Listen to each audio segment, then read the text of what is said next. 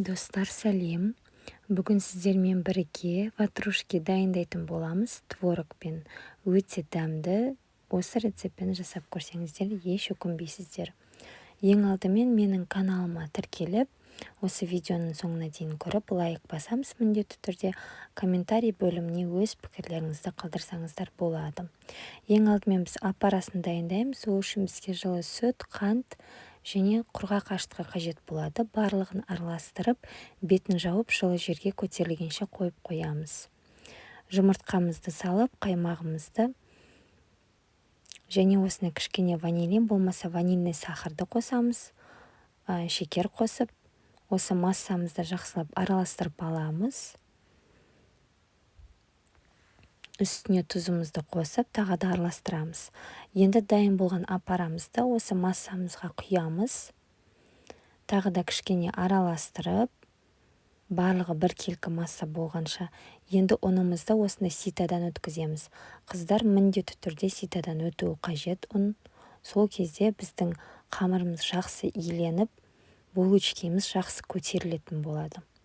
Енді ұнымызды 3 бөлікке бөліп, осылай 3-ке бөліп саламыз. Енді майымызды осылай ерітіп құйып, қалған ұнымызды салып, жұмсақ етіп қамыр илейміз. Егер қолдарыңызға жабысса қамыр, кішкене қолдарыңызды майлап жіберсеңіздер болады, немесе кішкене ұн сеуіп жіберсеңіздер болады, қолдарыңыз жабыспас үшін. Енді таза ыдысқа кішкене майлап жіберіп ыдысымызды. Енді осы қамырымызды жақсылап илейміз. Видеодан көріп отырғандарыңыздай осылай қолымызбен ысып, жақсылап тұрып илейміз қамырымызды. Сол кезде біздің қамырымыз біркелкі болып, орысша айтқанда эластичный болады. Өте керемет болып, көтерілген кезде де әдемі көтеріліп, сондай жақсы булочка шығатын болады сіздерден. Бұл ватрушкилар өте жұмсақ, қамыры өте керемет, дәмді, қорықпай жасай берсеңіздер болады осы рецептпен. Біздің енді қарап отырсаңыздар, қамырымыз көтерілді. 1 сағатқа жылы жерге қойып қою керексіздер. Салқын жерге қойсаңыздар, сіздердің қамырларыңыз көтерілмей, 3-4 сағатқа көтерілмей тұрып қалуы мүмкін. Сондықтан тек жылы жерге қойыңыздар. Осылай енді қамырымызды домалақтаймыз, шамамен 70-80 граммдай болады. Сол кезде бізде 12-14 дана осындай ватрушки шығады. Противенге салып, домалақтап, енді бетін жауып қоямыз, тағы да кішкене көтерілу үшін. Енді салмасын дайындаймыз, ол үшін бізге творог қажет болады, яғни сүзбе, қант, сары май, мейіз, қара мейіз және ұн қосып жібердім. Ұн болмаса, крахмал қоссаңыздар да болады. Енді осы массамызды блендердің көмегімен жақсылап тұрып еземіз. Сол кезде біздің массамыз біркелкі болады, видеодағыдай. Үстіне мейізімізді қосып, жақсылап араластырамыз. Егер мейіз ұнатпасаңыздар, қоспай-ақ қойсаңыздар болады.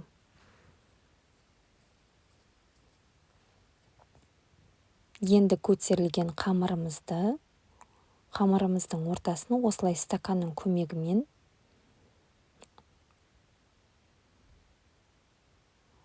басып, стаканымызды дәл ортасын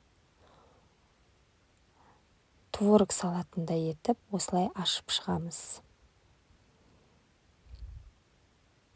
Егер қамырларыңыз стаканға жабысатын болса, стаканның астын майлап жіберсеңіздер болады, сол кезде жабыспайды. Осылай жақсылап тұрып ашып, қамырдың ортасына, дәл ортасына салмамызды саламыз. Көбірек қылып сала беріңіздер.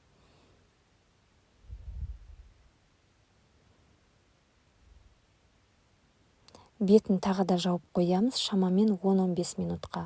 Қамырымыз тағы көтерілгеннен кейін жұмыртқаның сарысымен жақсылап жағып шығамыз қамырымыздың жан-жағын.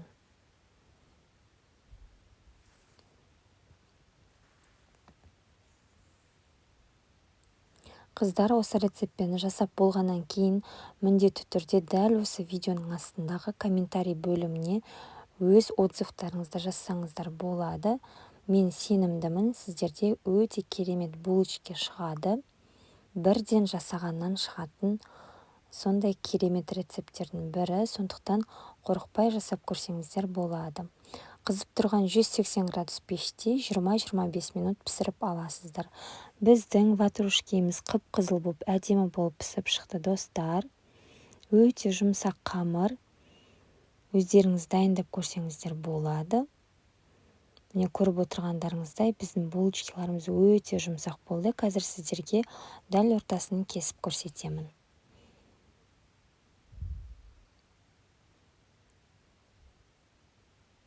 Өте керемет болып шықты, өте дәмді. Міндетті түрде жасап көріңіздер.